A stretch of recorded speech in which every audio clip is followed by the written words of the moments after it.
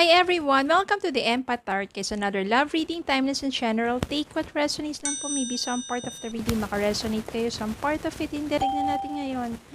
Anong guidance, lessons, love stories, love connections ang ating mababatid sa reading na ito.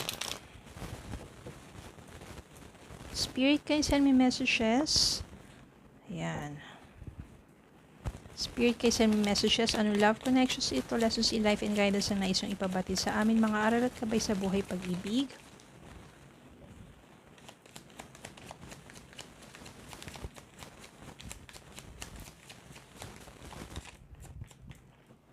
Spirit guide, send me more messages.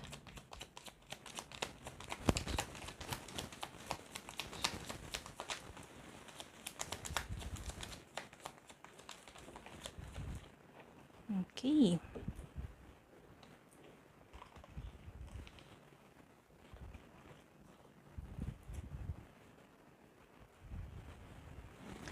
Ace of Cups.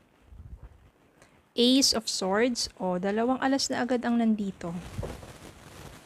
Four of Wands. Devil. Seven of Wands. Two of Pentacles. 10 of Wands.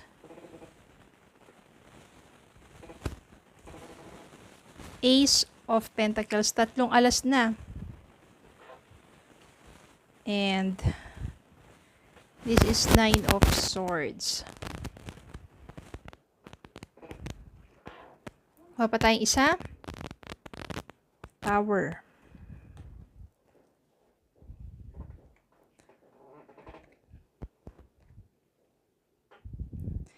Maganda yung nasa-sense ko dito. Kahit nasabihin natin merong Devil, 10 of Wands, at saka Tower.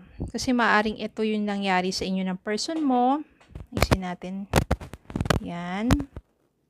Devil, naging toxic ang relasyon ninyo.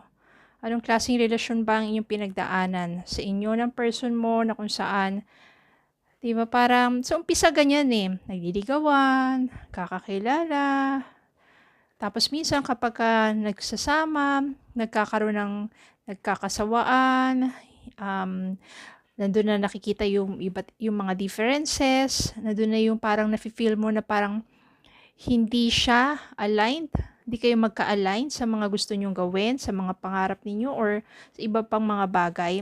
Nagiging toxic ngayon yung inyong relasyon.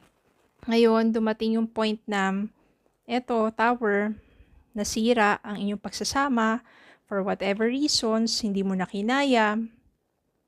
Kung mawala ka na lang doon sa relasyon na yun, or pinakawalan mo lang yung person na yun kasi hindi na nagiging healthy yung relationship. Ano ba yung mga dahilan kung bakit hindi healthy yung relationship? Codependency. Diba? Tapos yung mga lack of trust. Diba? Walang tiwala. Panay selos. Panay overthinking, 'di ba? Hindi na nami-misinterpret yung mga ginagawa o sinasabi because of overthinking, because lack of trust, lack of understanding. Iba walang suporta. Yung iba kapag may achievements yung isa, parang nafe-feel mo na yung nakikipag-compete, 'di ba? Imbis na suportahan at maging maligaya ka sa achievements niya at ganoon din siya sa iyo, nagkakaroon ng insecurities. 'Di ba, nai-insecure sa iba, mga ganong bagay. Ang daming dahilan kung bakit naging ganon yung dito. Kung bakit hindi na naging maayos pa yung pagsasama, sobrang bigat ng dalhin pa. Dumating yung time na kung mawala ka na lang sa relasyon na to, or nagkalayo kayo ng person mo because ang dami yung hindi napapagkasunduan. Ang daming yung mga difference. You love each other. Mahal niyo yung isa't isa, pero ang dami yung hindi napapagkasunduan. Parang kulang kayo sa compromise, 'di ba? Hanggang sa nagkalayo kayong dalawa, pero dumating yung time dito na ayan, nagkalayo kayong dalawa, pareho kayong nagpaka-busy sa kanya-kanya ninyong buhay. Parang para hindi nyo na lang maisip ang isa't isa kahit na palagi nandyan sa isipan ninyo. Hindi mawala, pero pinipilit ninyong magpaka-busy para hindi na lang palagi yung memories ninyo together ang naiisip mo.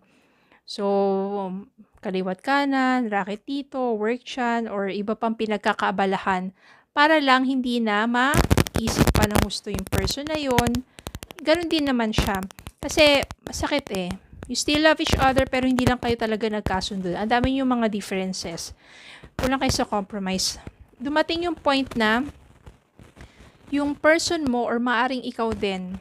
Again, energies, pwede itong reversal yan. Either your person or you or pareho kayo na minsan hindi na kayo makatulog because you still think of that person or your person keeps thinking of you. Hindi siya makatulog at ang dami niyang mga realization sa buhay niya and about your relationship na this time you want to make work. You want to make things work para sa inyong dalawa. Parang naisip din ng person mo na parang ano ba yung mga dapat kong gawin para mag-work tong relasyon na to? Ano ba yung dapat kasi kung ano yung mga similarities ninyo, enjoy nyo yan. 'Di ba? Pareho kayo ng hilig ng ganyan, ganito, pareho kayo ng gusto ng food, pareho kayo ng ganyan, i-enjoy nyo yan. Diba? Kung ano yung mga differences ninyo, mag-compromise kayo, mag-meet kayo do sa gitna. Tapos, 'di ba parang okay, try natin yung ganito kapag next time try naman natin yung idea mo. Mga ganun, meet halfway. 'Di ba? Wag yung ipilit yung ganyan tapos hindi ito dapat yan tapos pagka magkakaroon ng sisihan, mga ganun. Dapat meet halfway, compromise. 'Di ba? Yun yung naiisip mo.